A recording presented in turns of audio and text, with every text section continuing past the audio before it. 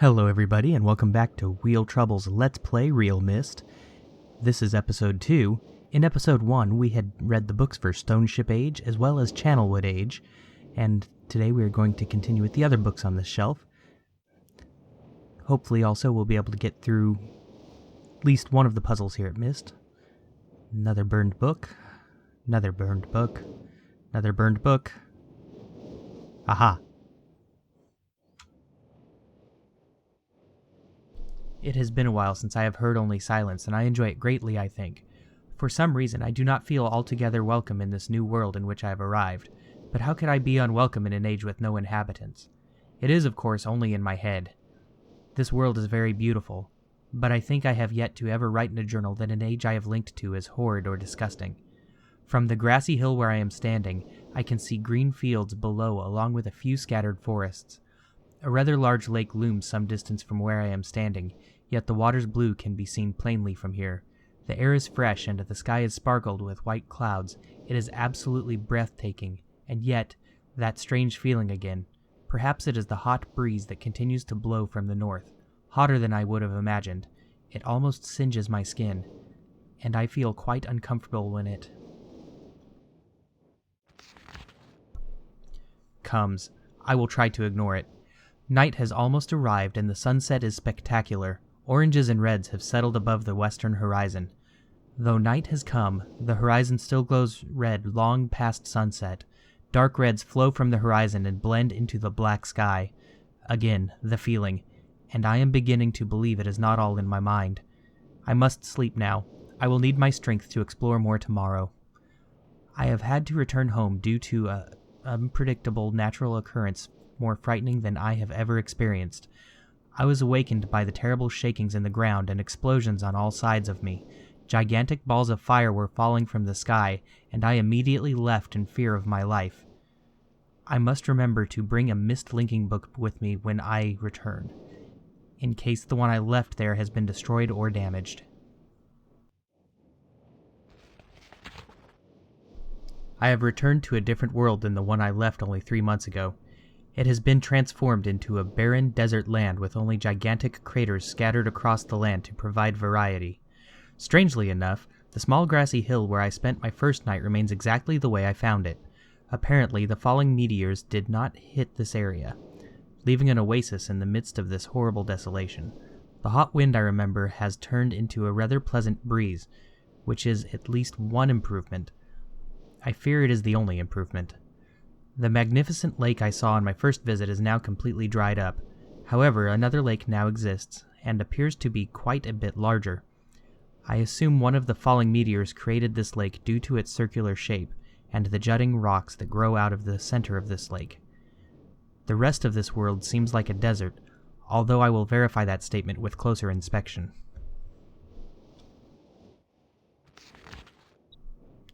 Though this world has little visual excitement to offer, it offers much to the ears. Sounds constantly flow through my ears, and I have found where a few of them originate. It seems, as Catherine says, I do find beauty in everything. Last night I was awakened by a horrible hissing. I was sweating, and the heat was so intense that I immediately dipped my head in a nearby stream to cool it down. The hot breezes had returned, along with a low roar from the ground. I walked a short distance to observe some red flames shooting up from the earth. Suddenly, the ground began to crack and a huge chasm opened. The chasm continued to grow until it was far too wide to cross. Then the tumult subsided, leaving only a dull roar. I have decided, however, I can use the chasm to my advantage. Perhaps the heat from the chasm can be harnessed.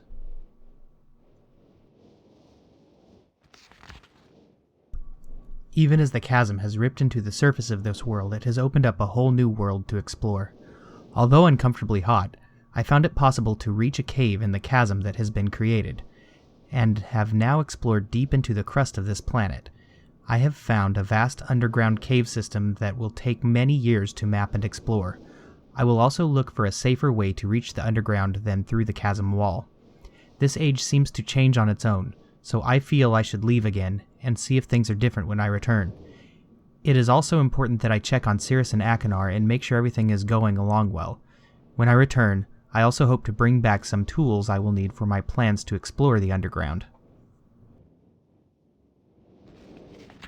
The abundance of raw materials here is beginning to amaze me. I have returned with some of the complex tools that I knew I would be needing. I assumed I would have to return for more basic materials. However, it seems as though I will be able to find everything I need here. Of course, iron is abundant, but I have also found titanium occurring naturally. I am all the more excited to begin work. Everything is set, and I look forward to tomorrow. My raw materials are all here. I think I will be able to have most of my additions to this age completed within 1 year. I so love working with my hands, whether writing or building. I began today on the bridge and the magnetic idea will work well, and I have decided to 3 meters is not enough support for the beams, although it's somewhat amazingly strong. Has to be one of my most prized inventions. I am could never have imagined it to come together quite as, I doubt, could possibly work with 14 instead of 8.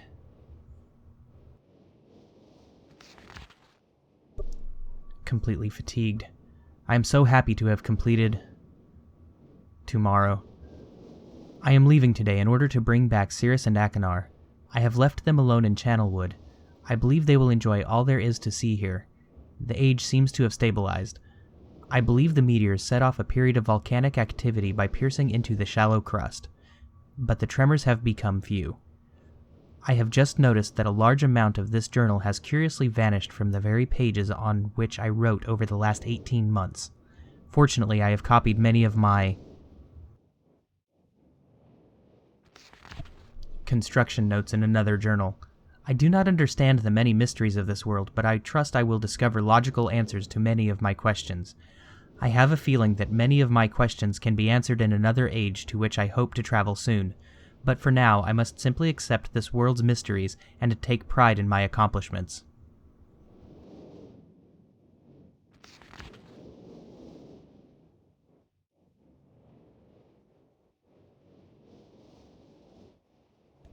That age is easily one of the more difficult in this one, or at least the most alien.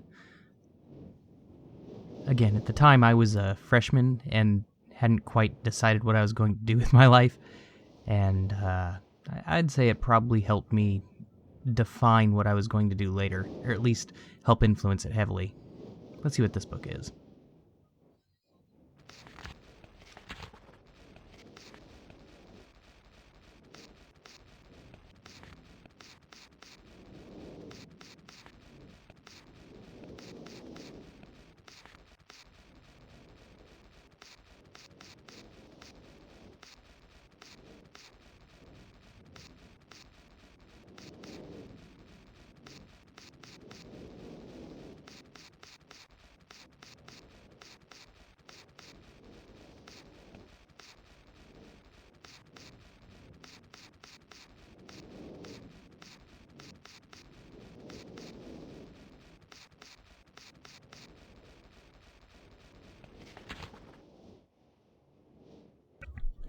That's right.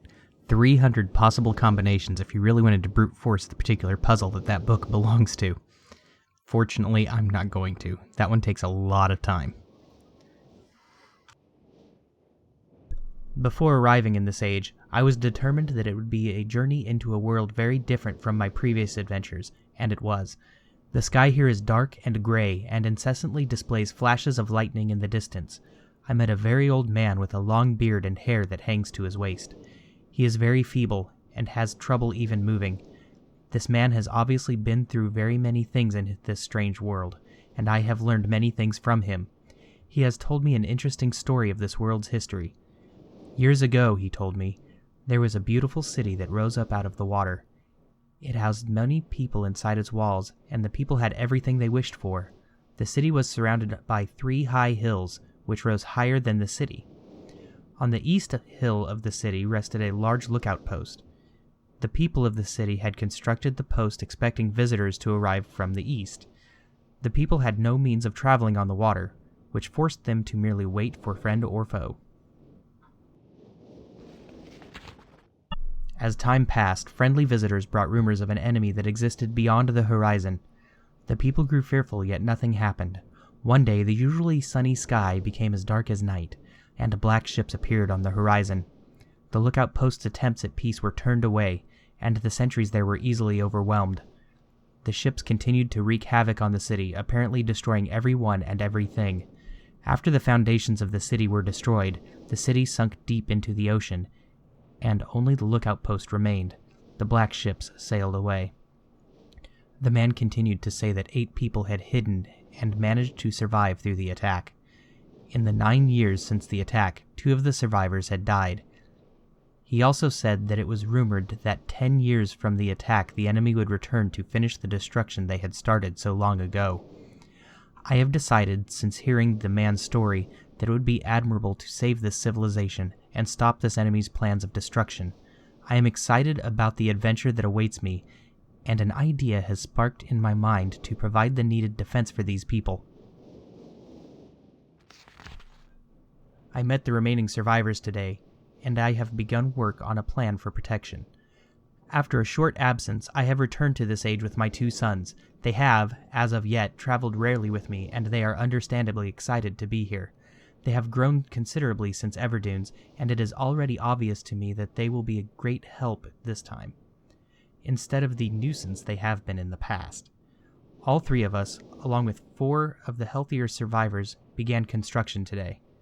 We are building upon the old city's ruins, which will provide a perfect foundation for our fortress. My sons have been spending much of their spare time on the South Island, where most of my materials are stored. I am very pleased with their intelligence, and their creativity is refreshing to see, as they work on some small projects of their own. It has been over 4 months now, and my construction is going well. My sons love the world except for its gray sky. They detest the gray sky and tell me many times they wish the sky here were like the blue sky in Myst. The old man I first talked to tells me that the enemy is due in 4 months. I feel we will be ready when the time comes. The man reminds me of Emmett in many ways, and I often wonder how Emmett and his people are doing. It has been 6 months of work, and we have finally finished the fortress. It rests between the 3 hills which are now only islands due to a rising water level that the people experienced after the attack. Inside the fortress, I have designed a most intriguing device. It makes use of a technology called holography I began experimenting with on one of my visits to Aspermere. It will be working in a couple of days after I compensate for some small miscalculations. This holographic device will enable the survivors to learn to use the fortress. The enemy is due to come soon, and I trust the fortress will provide sufficient protection for all of us.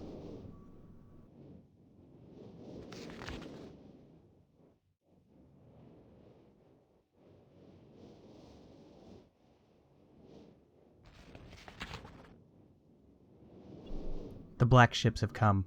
Their attack was substantial. Their weapons have been stopped, and it appears they have turned away in defeat. I could not help but smile as I watched the boats leave. Last night, we had a small celebration, and the old survivors danced their dances of old. My sons did not understand why the sky had not turned back to its original blue. The old man told them that the storms would never end until the enemy was destroyed. I assured my sons that a blue sky was not worth the risk of death, and they seemed to hear me.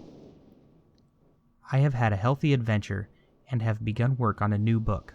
Once again, I must leave. A familiar age in search of a new universe I have begun. But first, I will have an extended time with Catherine, whom I miss very much. I must also return to the people of the tide. I believe in my travels I have found a substance that will ease the pain of their bone ailments that they have long endured. I hope to return to mechanical age one day and find the population growing and my fortress still strong. Though the sky may always be black, I am confident the people here feel a heavier darkness has been lifted from their shoulders.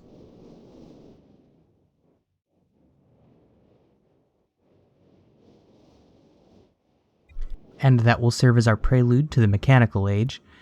You'll notice on these books here, they only have about 2 or 3 of the burned style books. That's to save space in the old CD-ROM file format. Rime, I have named it. A desolate age with a beauty that is quite different than I had expected or imagined. The intricate feathers of ice that fall from the sky are awe-inspiring. I feel as though I could sit and watch them for hours, and though it is cold here, like I have never experienced before, I find myself enjoying the change of temperature, for it is unlike any other place that I have ever seen. Perhaps the oddest thing is the silence. Although the wind blows on occasion, when it ceases there is a suffocating silence that falls on this place, broken only by the distant cries of unseen creatures. I have visited 3 times, and I am sure now that this age will provide the environment I need. I believe the cold temperature is necessary for obtaining the correct resonance.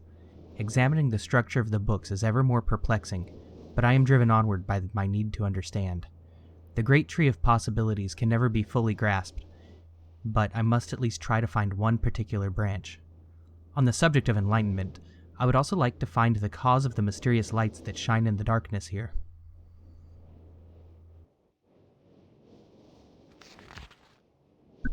Though I never assumed that I would be able to build especially fast here, the speed at which I am progressing is somewhat disappointing. I do think I will bring Cirrus and Achenar as well as some of the machinery from Selenitic. Achenar chose to stay with Catherine, but Cirrus was rather excited to come. He has spent the last few days here with me, helping me with the beginning phases of construction. He too seems to enjoy the ice and cold weather. He is intrigued with the crystals that we have brought with us. He has been a big help, as have others, and I hope to be able to begin my experiments here soon. Tonight, Cirrus and I found a wondrous spot to view the lights, although it seems they decided to hide from us. After sitting in the cold winds for over 2 hours, we saw nothing. It was rather disappointing.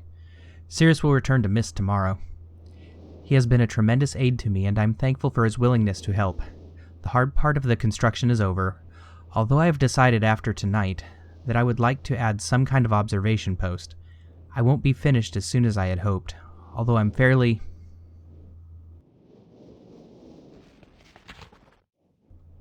certain it will be worth the delay in the long run. I have decided to take a break from the construction now that the tunnel is almost complete, and I have been able to set up a temporary space where the crystals will not be stimulated. I am quite convinced that with the right diffraction resonance, certain properties of the ink can be simulated. Catherine still finds it absurd and thinks that I am crazy to assume that I will be able to view ages with stones, but her unusual pessimism has not convinced me to stop trying. I came too close to success on Everdunes.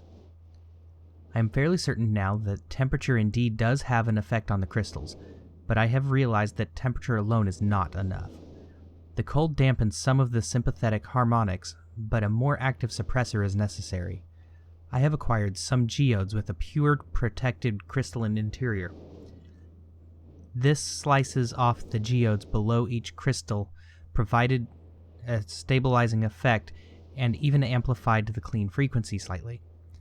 After quite a bit of experimentation with the shapes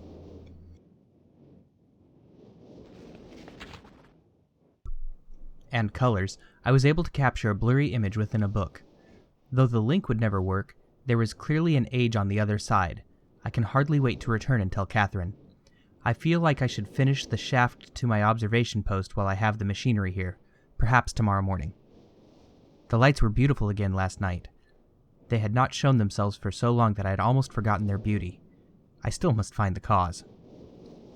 I'm feeling rather overwhelmed with what remains to be done. The crystals have not been perfected. The shaft is not finished, nor is the observation post, or even the lab. I have not seen Catherine for some time, and I long to spend more time with Achenar and Cirrus. Beside all of that, there are, far away, in the back of my mind, the thoughts of my people and our lost city. I dreamt again of them last night.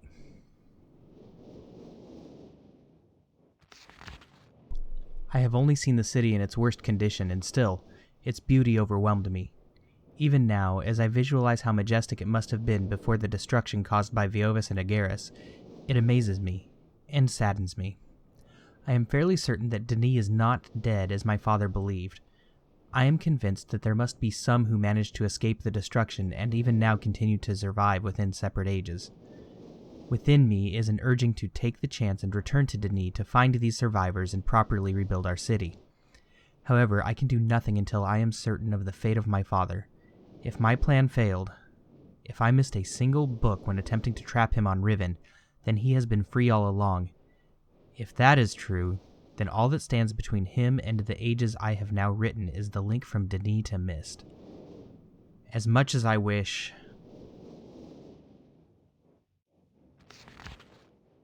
to return to Denis, without knowing the state of my father, I cannot risk re-establishing that link. I must observe my father without re-establishing that link. It has taken several years, and there have been many dead ends. But I have partially succeeded. Now that I have managed to view another age using the crystals, it is only a matter of time until I view Riven. At least I hope. Catherine will have her ideas about all of these things, and I miss her greatly. I will return to Rhyme later, when my mind is cleared.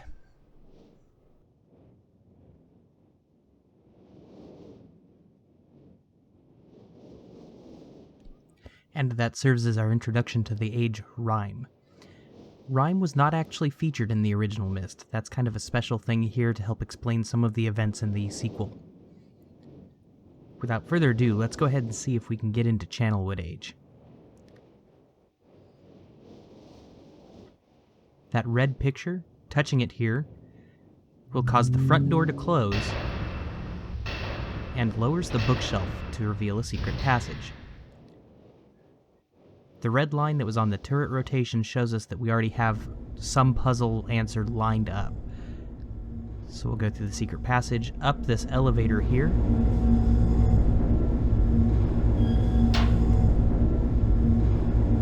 You do have to remember to close the door behind you, otherwise the button to go up will not work.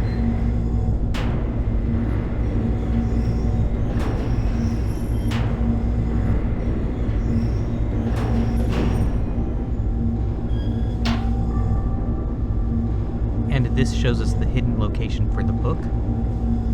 So the book will be hidden in the tree.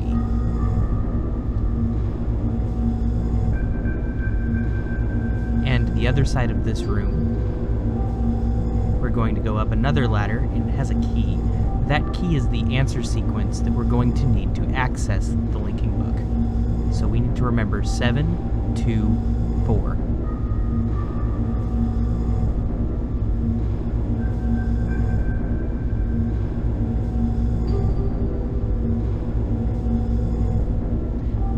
So far, the only thing that makes any sense for that tree is going to be that log cabin, so we're going to go ahead and head that direction.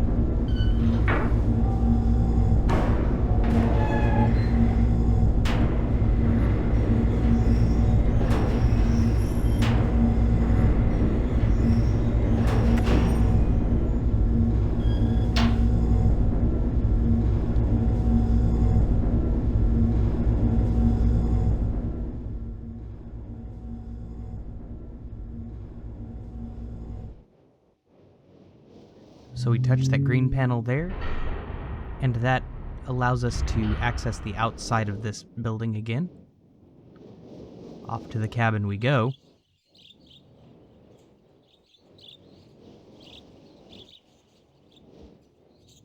Wonderful little sound effects they threw in this game.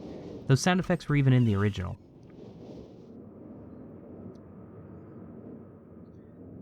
Need to be able to see a little better. This game includes a flashlight that was not in the original as well. Very handy addition. The controls here are just a little bit clunky, so 7, 1, 2, 1, 2, 3, and 4. Yay! That was it.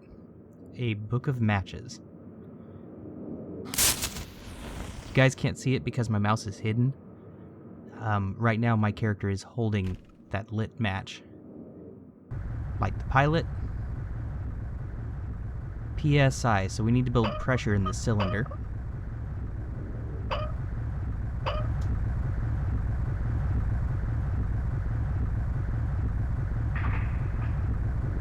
And we can hear something outside ratcheting.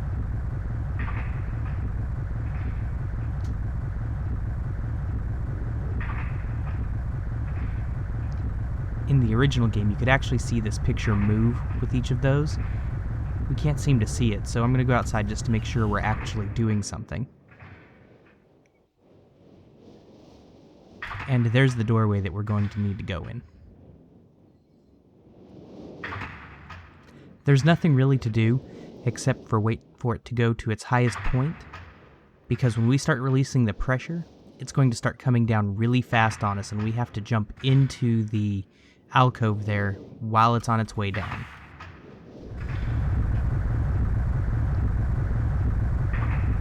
This is one of those times when patience is certainly a virtue.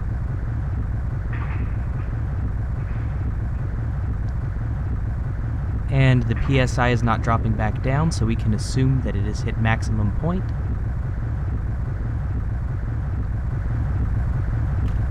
Shut off the gas. Now we've got to get out of here. We can hear that tree coming back down already.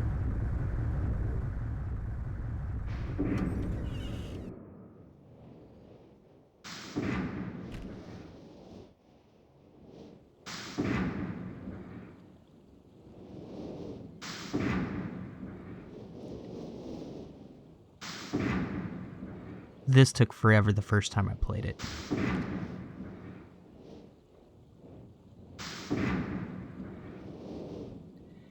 In the original, you were just staring at pictures and you'd have to click certain parts of the picture.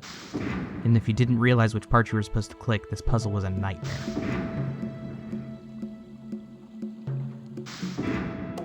And there we have it. The linking book to Channelwood.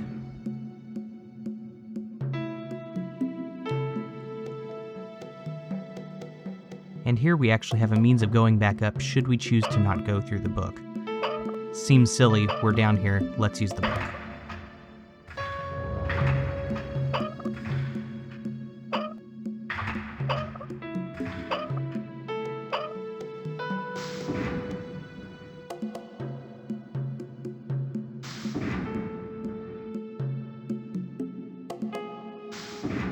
And in the pane, we can actually see a flyby of the Channelwood Age. This way we know exactly what we're stepping into. There we have the huts.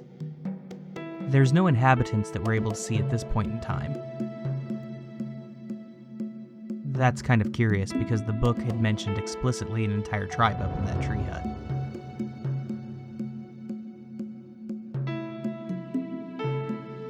And we're back at that windmill. That's a very short flyby. Nothing left to do but link.